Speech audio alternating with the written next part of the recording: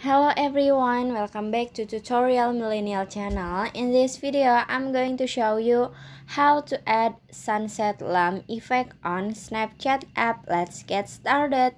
First, open your Snapchat, and in here you can click on emoji icon, this one, click on it, and in here you can click on the explore at the bottom, click on it, and then you can search in this one, search sunset lamp,